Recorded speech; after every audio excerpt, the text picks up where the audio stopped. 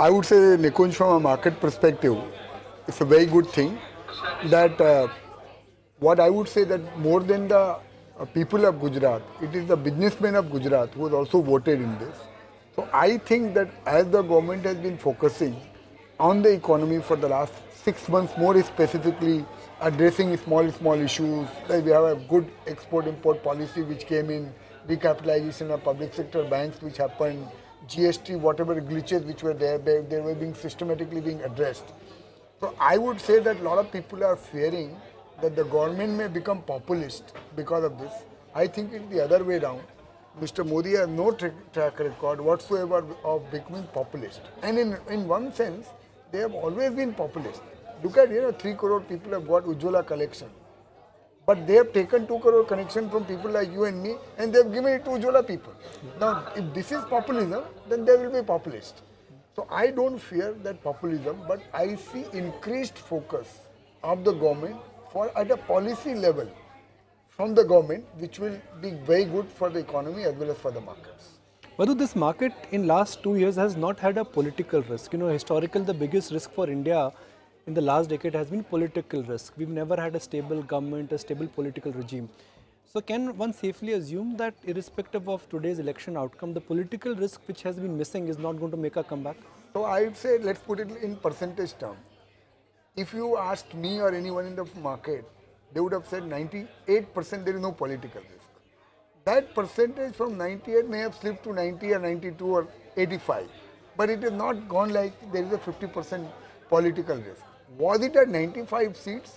Anyone, then the perception, see what will happen in reality in 2019, no one knows and no one cares.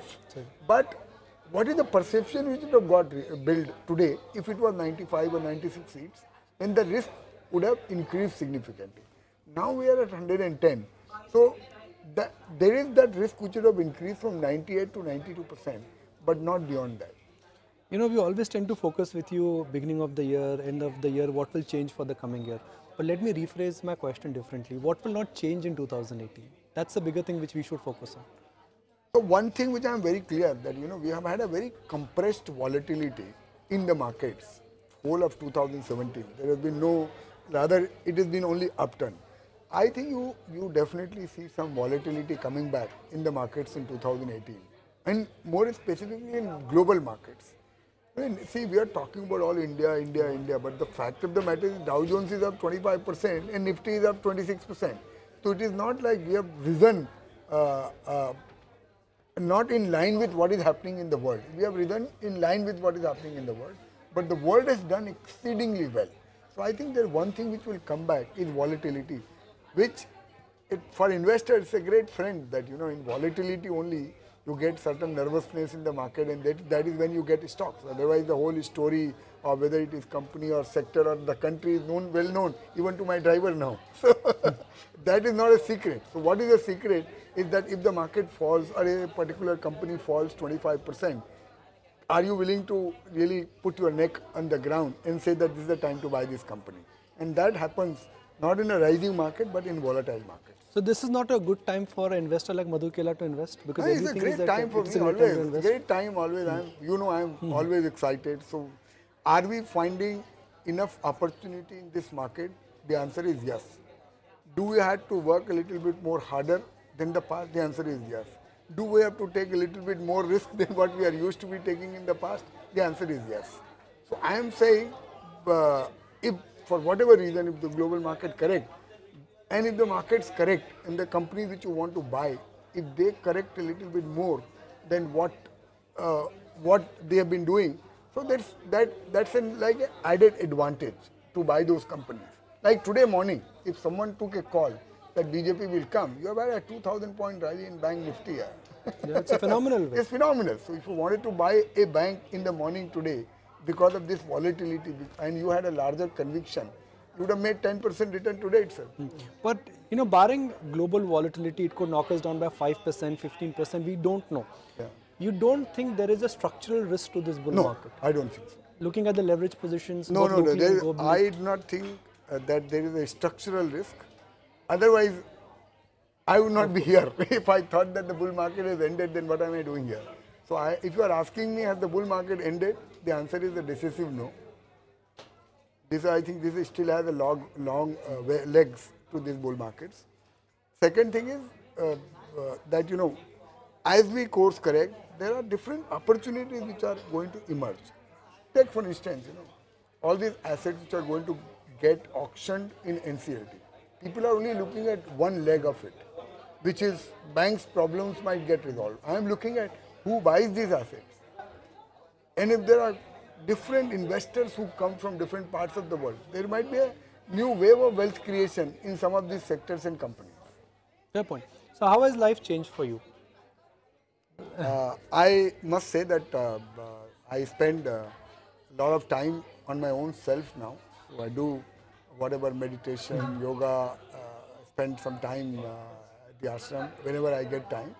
But 75–80% of the time I am doing now what I love the most, which is analyzing companies and so how are you ideas. investing? Now there's no compliance, we can talk stocks, I guess. The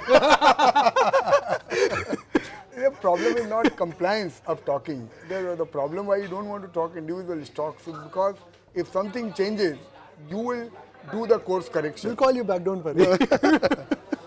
We'll leave it for some other time. In generally, I'm not fishing for a stock idea for our viewers. I'm trying to understand which way is your thinking oriented right now. Because what I've admired about you is that you always identify themes ahead of the curve. I remember we had a conversation in 2008 when the world was talking about financial crisis. You said, I'm going to go and buy pharma. Yeah. Similarly, you were the first one to identify stocks like GSPL in 2001 and 2002. So the hallmark of Madhu Kela, and now you have more time to invest and study. I'm sure you've identified something which nobody is talking about. So we are working on a few things. So like I said, told you this, maybe this NCLT theme is one theme where you will find some winner. But with all disclosures, please make sure that that this is not a recommendation to your viewers which we are giving. They have to do their own homework. The one thing which I really like from a 10-year perspective is on electrical vehicle. I think this is going to be a very large business, and we have vested interest. So we have invested in some companies, but this is going to be a very large business, and it will create very high amount of wealth over the next 10-year time frame. So there will be disruption on companies which we can't catch up with this trend. But I am very clear, the battery cost has fallen down from $1,000 to $180. If it falls to anywhere between $100 to $120, then you don't require any subsidy. And if you don't require any subsidy, and if your operational cost of running a vehicle is down by 80%, then I think we are really talking, we are in the game. So I would say that you have to look at winners, not only in India, but across the globe, and companies which are going to be directly benefited. So this is a differentiated, very early stage. There is no company which you can really find who you will bet, but this is something which has to be there on the back of your mind. Interesting data which sort of struck me in the morning was that financials now have 40% weightage on the Sensex. And historically, every time when such a large disproportionate weightage has moved, whether it was metals in 2000 or TMT stocks in 2001, 2002, it has coincided with the market top for those sectors. Is there a reason to worry that the best of the stock market gains for NBFCs and financials are behind us? Selectively, yes. I would say there is a story flying everywhere in financials. Every other third person wants to float an NBFC because everyone thinks that I can get a 3-time or a 5-time book value. So I think you should not experiment too much here. But is there an opportunity on a selective basis to be invested in some NBFCs, in some banks? The answer is yes. Because, don't forget that it might be a high weightage, but that weightage is concentrated into a few names.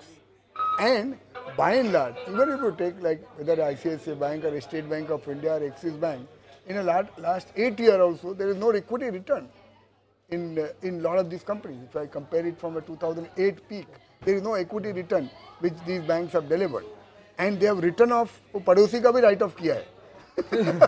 So I would say that there are selective opportunities which are there, but as a sector, I'll be careful. You use the word buy real estate stocks selectively about a year ago sitting on the same forum, and my reaction was, and real estate stocks have made a comeback. Touch wood, I think it ran well, and I was still positive that some of them will really do well. Look at Nikunj, what are the changes which are happening? The RERA is most underappreciated change which has happened for the real estate sector. I think Madhu Kela developer, Nikunj Dalmia developer, all this is a history now. You will see, a lot of organized companies which have very strong balance sheet, which have execution track record. Not today, no one is talking about it, but 3 years down the line, it will become a reality.